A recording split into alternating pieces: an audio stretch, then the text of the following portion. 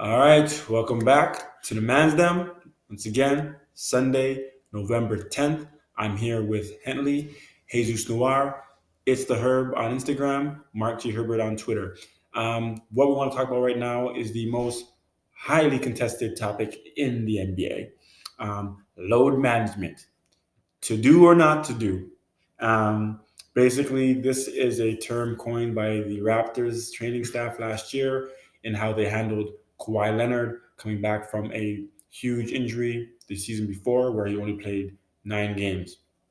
Last year with the Raptors, he played 60 games and he went on a huge playoff tear and guided the team to the finals. So it's kind of understood across NBA circles that load management is a real term throughout the league, and superstars need their days off. So what's really kind of got the ball rolling with regards to discussions of load management is that Kawhi Leonard has already missed 2 games due to load management, and Shannon Sharp, I believe it's uninterrupted, undisputed. He does. I don't know. I think it's I undisputed. think undisputed. He sends out a couple of cryptic tweets here and there, but he's like, "Don't you have to work a certain amount of time before you get paid days off?" So he's like, "You've been there 1 week. He's already had 2 paid days off." And Wish we could all have that in our jobs. Right? Absolutely, and it's a good observation. There's load management, but there's got to be something more to it, where like you got to build up some kind of fatigue before you start taking days off. And it's not to say that these NBA players are playing 7 days straight. I understand, yes, you have practices and whatnot, but again, they've only played 8 games. He's missed 2, and I think he missed a fourth quarter of 1. So is it getting a little out of hand? Where do you draw the line? NBA legends such as Michael Jordan, who prided himself in an era of basketball where you played every game and it was more physical. Yeah. He came out and said, you're paid to play 82 games. And if you're healthy, you should play. I know my boy over here has a lot to say about the topic, so I'm going to hand it over. Load management. What's your brief with that? I'm going to go all in on this because I'm not a fan of load management. For one, I'll look at it. I'll give you the fan perspective. For me, I've gone to a lot of NBA games outside of Toronto, including in Toronto, obviously. So anytime I travel to a city in the U.S., I try to catch a game if it's possible. So I've been to quite a few games out in other cities, and when I'm out there, I try to obviously you hope to see the best players play. When you buy a ticket to a game, if you buy a ticket to a game even in Toronto, like if you say you want to buy a ticket for a game in March, you have no idea who's going to even play in that game. Right. Obviously, injuries are going to happen and things like that, and things that you can't control. Mm-hmm. But when a team can control it, to me, when you have healthy players just sitting them, to me that devalues the ticket. Absolutely. Because you're not putting out the product that's basically been advertised, and there's no other reason other than you just simply don't want to. This actually hit me personally. I won't go into too much detail, but years ago when I used to get tickets in the lower bowl for just one game a year, I went to see my Dallas Mavericks play. The 1 year they came up, I had my $100 plus tickets when the tickets overall for the Raptors were cheaper. A little bit more affordable a couple of years ago. Yeah, exactly. But it was like $100 and something bucks or whatever to sit in the lower bowl. And I bought these tickets specifically to see the Mavericks. Me and my wife, and who are both big Mavericks fans. We wanted to see. I mean, my favorite player at the time was Dirk Nowitzki, and he made the trip up, but instead of playing, he was just kind of standing around in a suit all day, Right. which kind of annoyed me because it's like, well, if you're here and you're healthy, why are you not playing? It makes no sense to me. And that's a huge amount of money to spend on a ticket to not see your favorite player. At least suit up for a quarter. Yeah, I mean, give me a run, give me a quick run. Play some minutes, whatever, something like that. But at least you're here, go in the game and at least give some effort, right? I mean, to be up here and then just have them not play, to me, that's ridiculous. Yeah, if you're not going to play, you probably should make the trip. It's bad enough that you're not going to play for no reason. Yeah. But don't travel. Why you travel with the team as well? Yeah. If you got to travel with the team, stay your ass in the hotel. Yeah. You know what I mean? Don't be there flaunting yourself to the fans that want to see you play and you're not going to perform. It's I think it's a little disrespectful. And again, I'm not taking the side of load management, but speaking from the standpoint of a fan of a franchise that benefited from load management, I can understand why teams are opting to do this in terms of, because again, you're really not, as a coach and as a franchise, you're really not judged on how you do in the regular season. Raptors are a beautiful example of that. They've had regular season success for the last 7 years, and they were always bowing out to either one guy or to a certain point. So it just got to the point where this is what your team's going to be.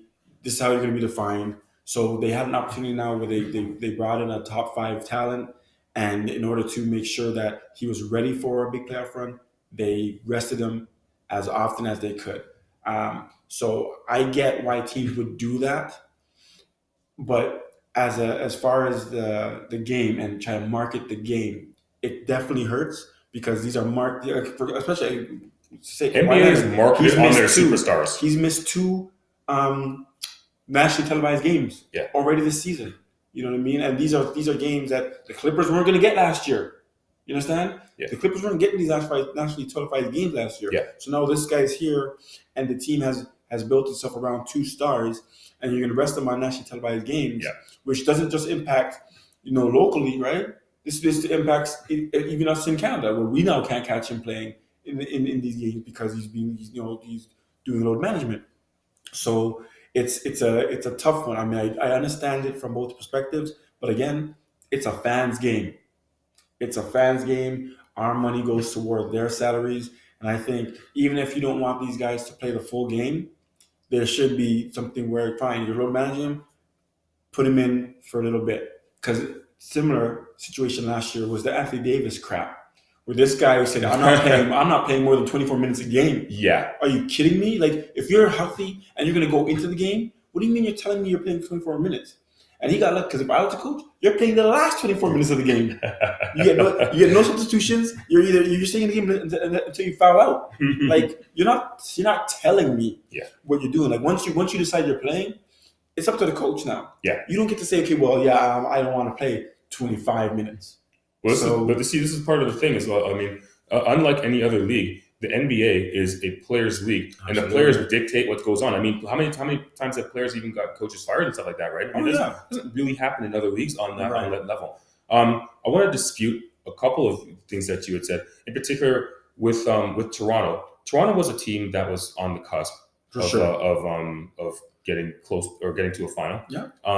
But to me, they end up bringing in Kawhi, obviously, and when they brought in Kawhi, they were so determined that they wanted to try to keep him no matter what. So they cared to him. It was like, the girl in high school that somehow you managed to land her, and you are willing to do whatever it takes in order to keep that girl, no matter how much degrading it is to yourself personally. Right. You are willing to do it because you know you're dating up, and you're just trying to maintain that. Yeah. And obviously in the work, and then it didn't work regardless. I mean, Kawhi had his reasons for leaving. Obviously, he wanted to go back home, but. To me, they used load management last year, but in actuality, we don't have any proof that load management actually works. Oh, sure. Because we have it would be you'd have a better sense as if Kawhi was here 2 years and he played all 82 or something close to it in his first year, and then load management, and then he didn't end up winning the title, and then you did load management the following year, and then they did win. Then you'd have a little bit more of an argument. To me, the bigger problem the Raptors had was they had a LeBron problem. For sure. The reason why they couldn't make the finals is not anything to do with even DeMar DeRozan or Dwayne Casey, in my opinion. They had a LeBron problem because they just simply could not beat that one man. They were afraid of him. 100%. Well, exactly. It became more. It ended up becoming a self-fulfilling prophecy that they just couldn't beat him. The only guy that wasn't afraid of him was Bismack Biyombo, and they let him go. So. Exactly. So I mean, and then once LeBron left the conference, then they made the finals. I don't think it's a coincidence that happened. It's funny. I actually thought they jumped the gun because once you hear again running the East, getting up in age, so to speak. Once he was a free agent, I was like, listen, let him make his play first before you do anything with him. That included trying Dwayne Casey and the trade for Kawhi. I was like, listen, Let's see what LeBron's doing first, Right. because that changes everything. Yeah. That team last year without Kawhi might not have won the whole thing, but that they were good enough that they probably could have got to a final last year, team intact without Kawhi. Yeah, but there might have been also. I mean, we know. I think we know about the dispute that about there was an end of game situation with against Cleveland. After That that, where I think it was Game 3 actually, where runner. they end up where LeBron hit that runner to at the end Yep. to win it I and heard pretty much that destroy side that. ball, bitched them out in Yeah. the locker room. Yeah, I mean, that's it. Getting rid of Dwayne Casey might have stemmed from something like that, Mhm. and then sometimes you kind of you get rid of the coach, but then you also feel like I have to get rid of a player. I mean, maybe it was the dispute where I have to get rid of either Kyle or DeMar because these guys are too close and they're playing too much ISO ball between the two of them, Mhm. and so he felt that it was essential that he had to break those guys up because Yeah. the way that those two were playing with each other was not conducive to what they wanted to do, and then he probably felt that there was no way to actually stop that unless you actually break them up. Yeah. So that might have played into it. We'll never know unless Masai, has an epiphany. You gotta wait for the memoirs, man. You gotta wait for the memoirs, exactly. But so yeah, I mean, I think those type of things played into it. But I mean, ultimately, I think they had a LeBron problem, and that's why they 100%. could not get through the finals. I don't think that load management was really essential. And I'll give you another point as well about load management. I mean, it's easy for people in Toronto to have the Toronto perspective and say load management actually helped. Load management works because we ended up winning. Right. Well, what do you think the people in Philadelphia are saying? You think that they're saying that load management with Joel Embiid is working? They're saying no, load management did not work. No. And I mean, we probably should not have managed our load the way we did, because if Joel Embiid had played more games and we ended up with a higher seed than the Raptors, then we would end up with that home game, Right. and then maybe we end up winning that series versus Toronto winning that series. I mean, so who knows? I mean, and obviously we know how that series ended. That was as close to the series as there was in the playoffs. Right. So we know that home court could have been the deciding factor, right?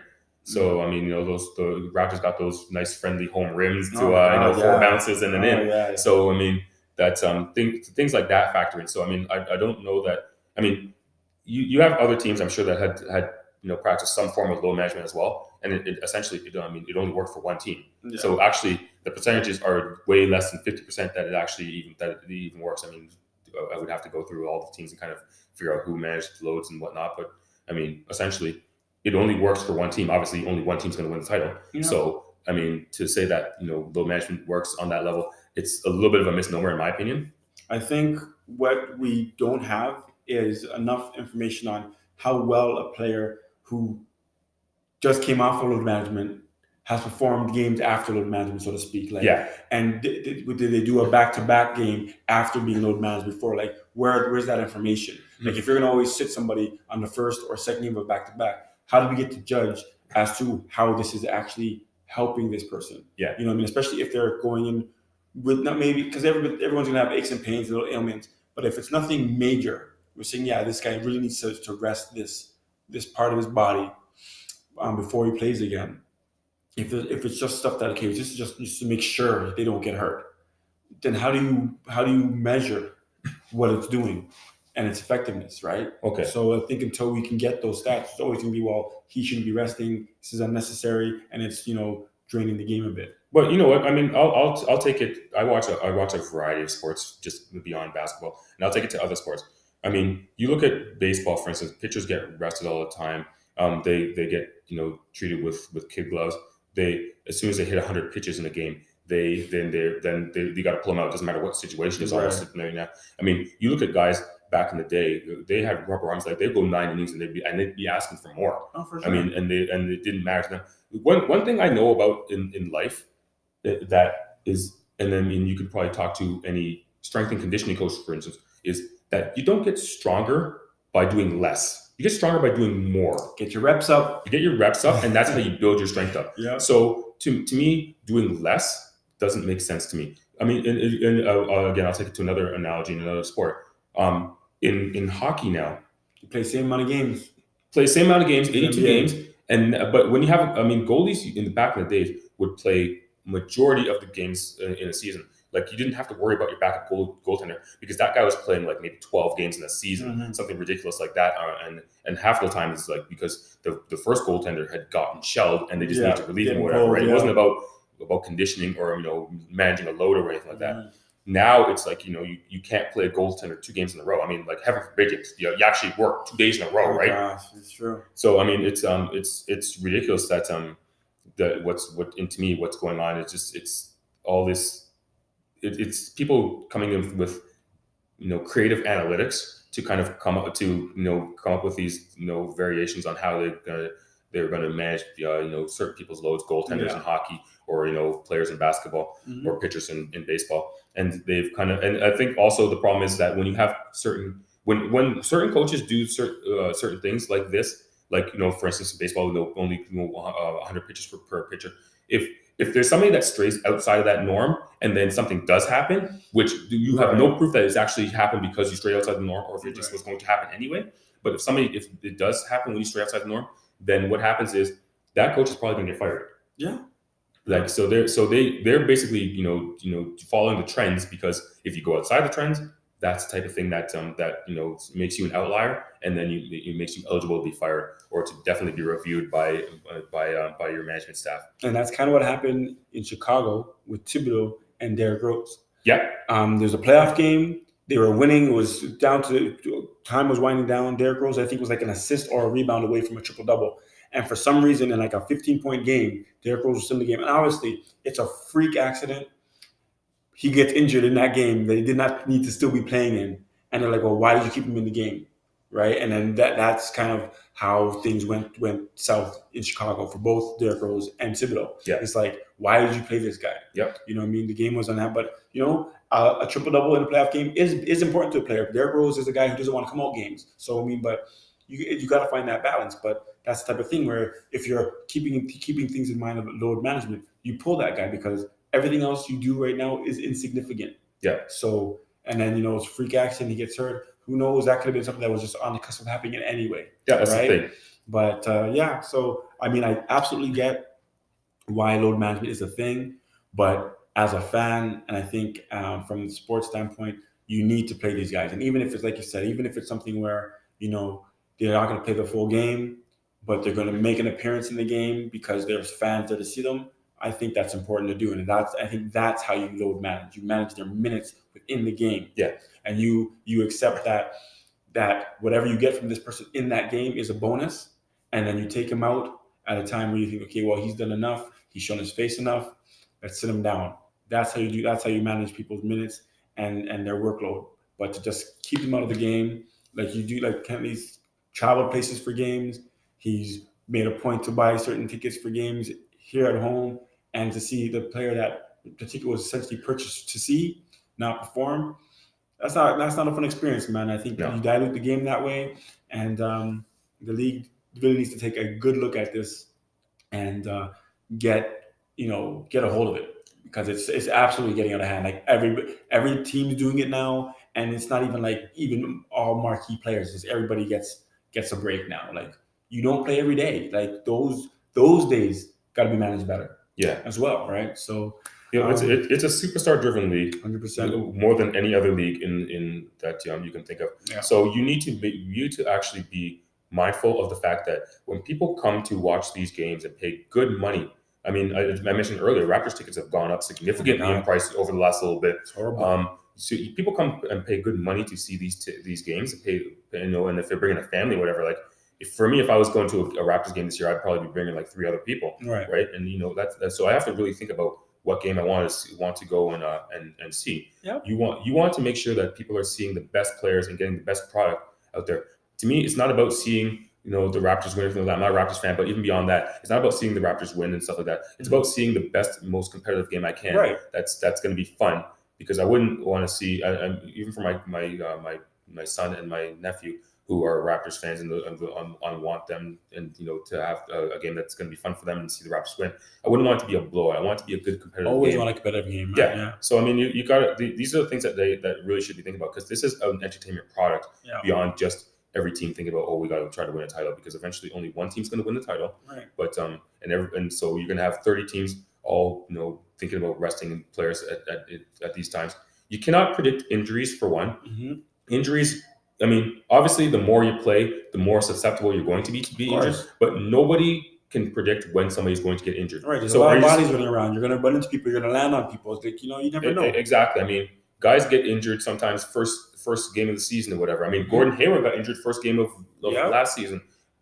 On a lob. there was no load management involved in anything like that. That's just a thing that happened. On a lob. He caught a lob. Like, Yeah. so he got hurt on the takeoff. I don't think it wasn't even landing, right? Like he got hurt going up, I believe. I can't remember anymore. But yeah, like it's a freak. It's not necessarily about the amount of miles you put on legs. It's just things happen. Yeah. And so what was it? The other controversy is that they're talking about load management for rookie players now. RJ Barrett apparently is being considered to be for load management. What?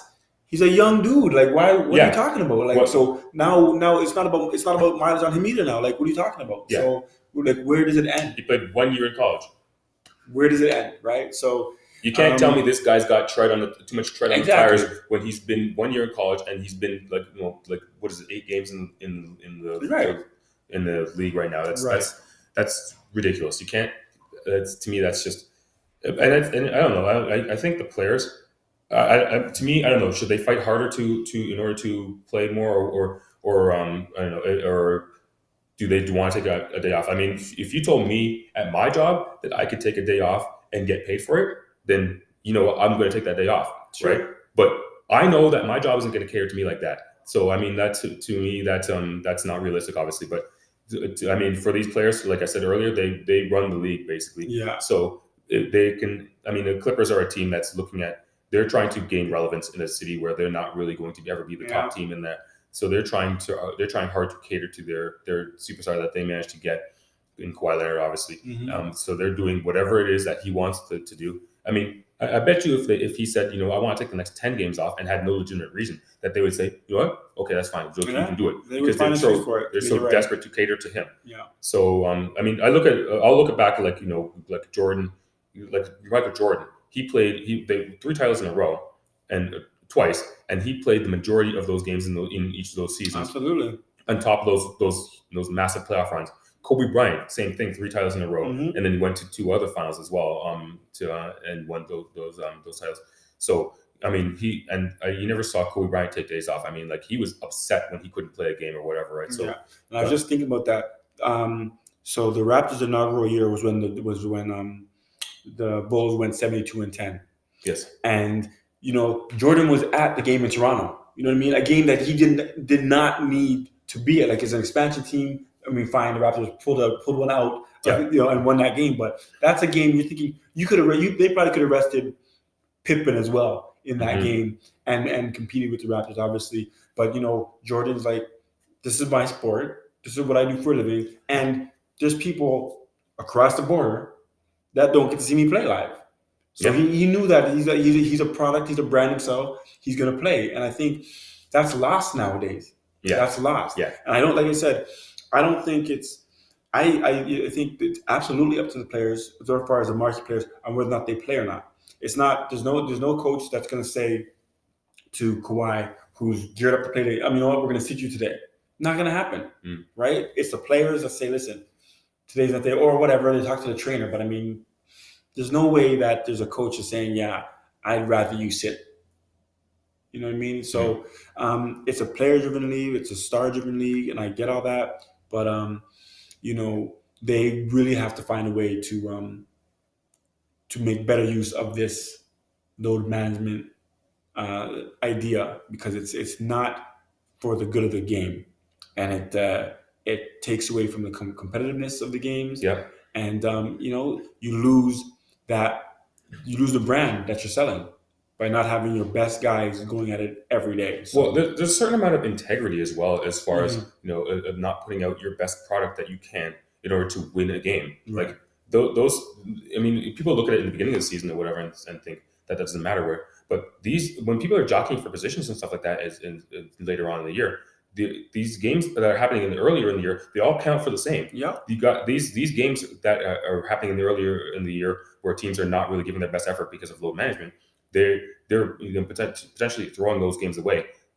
they're affecting the standings and the integrity of the standings later on in the year. Right.